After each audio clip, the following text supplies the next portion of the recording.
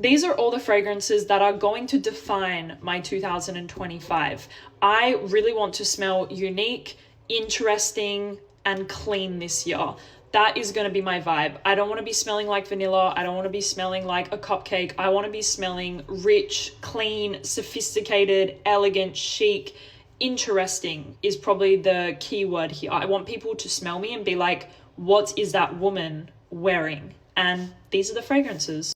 Okay, let's start out with Orphéon. If you know me, you know I am the #1 diptyque fan, and Orphéon is going to stay in my 25 rotation. Probably Fleur de Peau and L'Eau Papier as well, but I have to talk about Orphéon. This is a powdery, woody, aromatic fragrance with a coldness, a crispness, something so magical, and I'm just completely and utterly in love with it. It smells a bit clean, powdery, and woody, and cold. It is gorgeous. The definition of something interesting. Next up is Temps de Neige by Lorenzo Villoresi. Now, this is typically the type of fragrance that I would have never worn several years ago, but now, like 10 years later, I wear almost every single fragrance and I am open to every single olfactive family.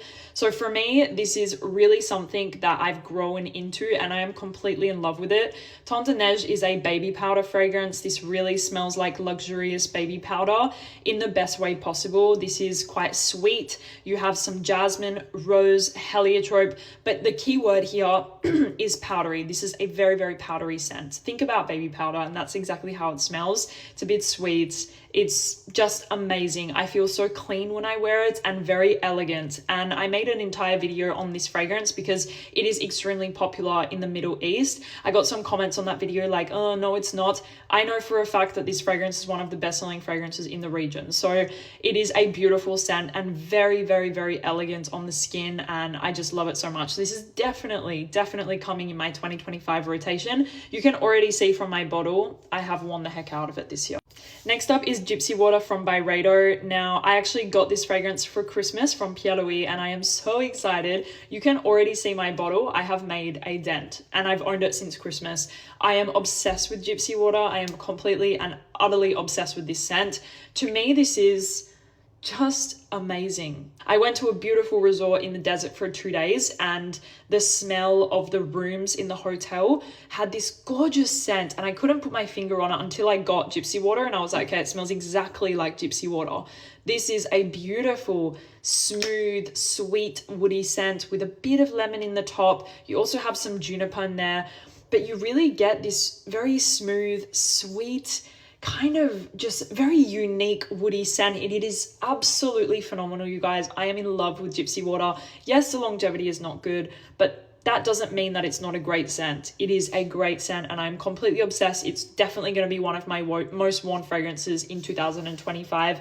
I am in love. Okay, in 2025, I'm also going to be wearing Bal d'Afrique a lot. This is a fresh, bright, juicy kind of citrus with some vetiver and also a lot of musk. So it feels a little bit creamy. You definitely feel that vetiver note in here, but it's not overwhelming. And then you have this beautiful soft citrusiness. It is so gorgeous, you guys. If you like musk therapy from Inicio, personally, I believe that musk therapy is a twist on Bal d'Afrique. Obviously, they're not exactly the same, but you can definitely feel that one was inspired by this fragrance. And it's wow. I absolutely love this scent and I'm so happy to have it as my fresh, clean, invigorating everyday scent.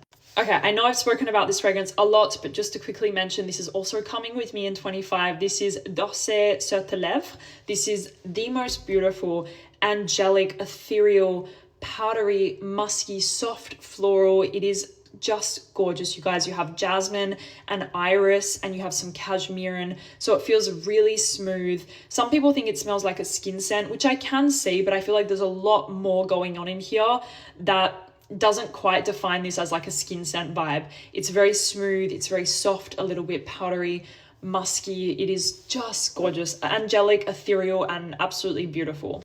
Next up is a fragrance that defines the word interesting to me personally. This is Toi Toi Toi X-Ray from Orme Paris. No, it is not toi, it is toi. So this fragrance is like mind-blowing to me. It is addictive, it's woody. You have a little bit of an osmanthus note in here, some ginger. It's just wow to me. Every time I smell this fragrance, I am completely blown away. It is so smooth and well executed. I've never smelled anything quite like this. I also pick up a little bit of like a white tobacco in here or something like that. But it's so interesting. It's quite a dry, woody scent with a little bit of something fruity. I think it's coming from the osmanthus, and a little bit of a blonde kind of white tobacco vibe as well. A little bit of a spice. It is a phenomenal scent. This is a beautifully done fragrance that really smells interesting and unique. So definitely one of my favorites for the new year. Okay, 2 fragrances from Chanel. We have 1957, which you know I love. This is a beautiful, clean, slightly aldehydic musk with some honeyed florals. One of my favorite musks in my collection currently. This is so elegant and chic and timeless. If you wear this fragrance, you smell super elegant, and I just love it so much. So I cannot wait to wear this one again this year. And this for me is the definition of clean. If you want to smell clean and elegant, 1957. And the other Chanel, I'm probably going to wear a lot more, like Bois d'Azil, Cuir de Russie, but the other one I wanted to mention is La Posa. I actually wore this fragrance today and I thoroughly enjoyed it. There was nothing else in my collection I wanted to wear today besides this scent. La Posa is a stunning iris fragrance. It is just beautiful. If you like iris and you like more of a rich iris scent, please try La Posa. It is beautiful.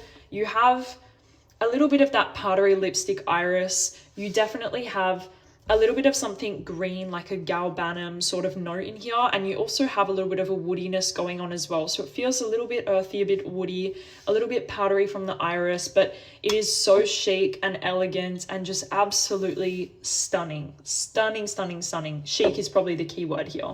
Okay, this one might shock some of you guys, but Dior Riviera from Dior. Now, this is a fig fragrance with a capital F.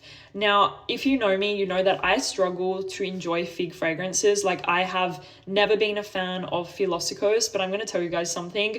I am slowly starting to enjoy fig more and more, and I'm so happy about it because I think it's such an interesting and distinct raw material in perfumery.